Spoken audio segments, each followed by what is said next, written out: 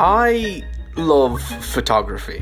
It's something that's become very obvious to everybody who knows me. Ever since I inherited my grandfather's old Pentax camera when I was a kid, I've had a fascination with photography. My passion only grew as time went on, and over the years I've collected a lot of vintage cameras and lenses.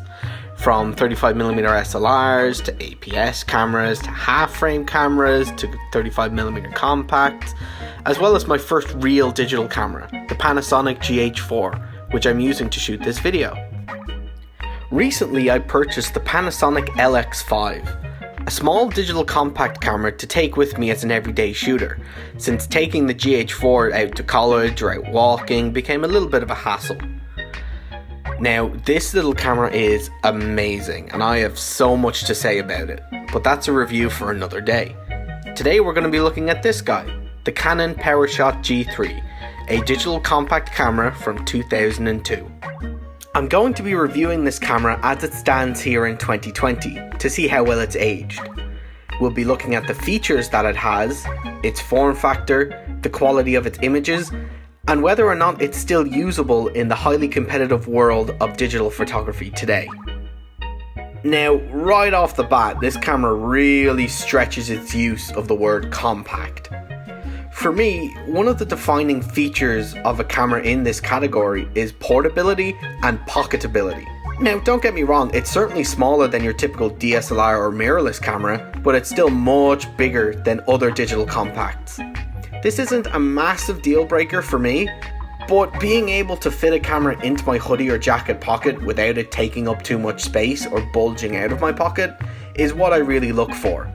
It does feel nice in the hands though. It really does have the look and feel of a miniature DSLR, which I think that's what Canon was going for with this camera. It has a very substantial hand grip, a little wheel on the grip for changing your exposure and aperture settings, a fully articulating LCD screen, and a small screen on the top left for showing your shooting information, similar to Canon's DSLRs.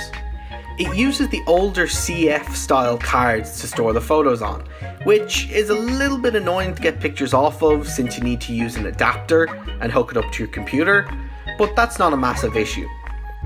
Despite being over 17 years old, it really does have a respectable lineup of features for its time. It has a 4 megapixel 1/1.8 inch CCD sensor, a 4x optical zoom lens going from 35 to 140 millimeters from f2 to f3, a built-in ND filter,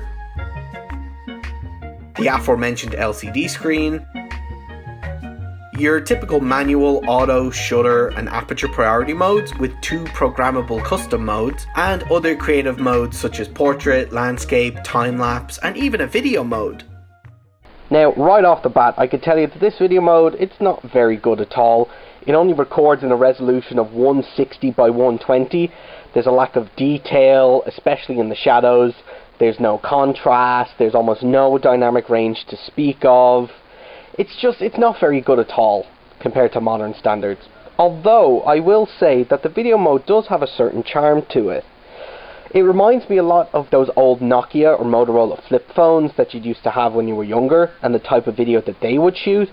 You know, it's very low quality, the frame rate is bad, similar things, low resolution, all of that stuff. So while the video mode is bad, I'm not going to say it's bad, if you get me. There is some aesthetic quality to it. Now, let's talk about what we're really here for. The images that this thing captures.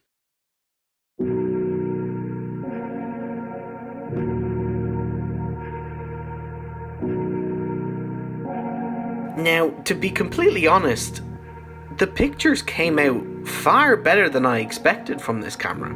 The quality is good, colours come out nice, and the ability to shoot RAW files was a surprising bonus. The RAW files straight out of camera were surprisingly good, almost having a sort of a film look to them, with warm colours, bright saturation, that only needed a little bit of work to get them looking really nice.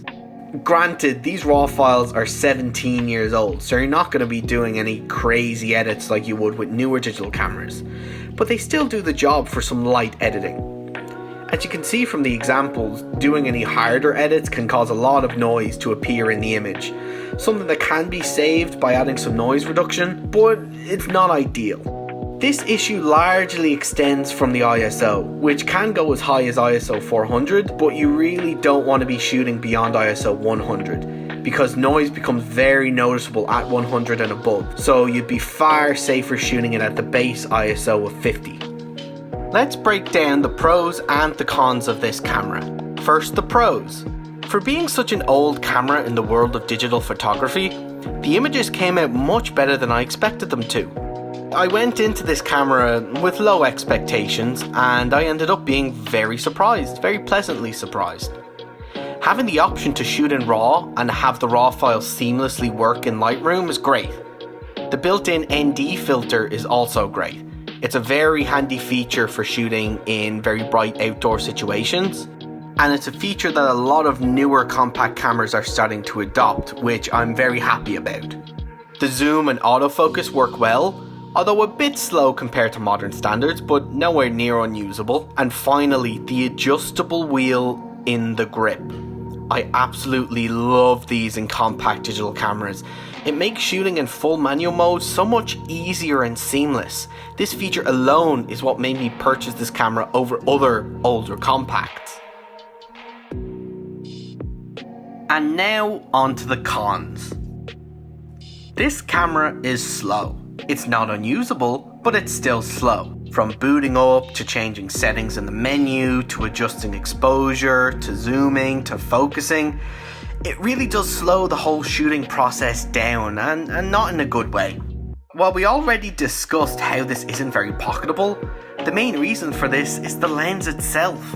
It sticks out a considerable amount from the body. It always gets caught in my pocket and in my bag, and it just drives me crazy every time that happens. On the same subject, the viewfinder on this is beyond useless for me. It's similar to the rangefinder style of viewfinders that you'd find on older film cameras, but no such rangefinder style focusing can be found here. It's just there to give you an approximation of what's going to be in shot at your chosen focal length. But even this is hampered by the lens that takes up at least 1/3 of the viewfinder's view. Granted, this really is only an issue at its 35mm focal length. It's just a baffling design choice that makes me wonder why this camera shipped with this. It's mental. And now finally, and the most important thing, is the LCD screen. The LCD screen is just terrible. Now, I know this camera is over 17 years old, so naturally it's going to have aged a bit, but the LCD screen just doesn't hold up at all. It's small, it's low resolution, with terrible viewing angles, especially in bright sunlight. You need to position yourself in a certain way to be able to see anything. Now, having it being fully articulating is helpful, but that doesn't negate the fact that it's just not good anymore. It may have been good at the time, but now it's just not up to today's standards. It may seem like I hate this camera, but I don't. I actually genuinely like it. It really surprised me with how usable it still is, even 17 years after it was made. Sure, it has a lot of issues that need to be considered, but if you're able to overlook these issues, I really think you'll have a good time shooting with this. If you ever see one out in the wild for a good price, you should maybe consider picking it up.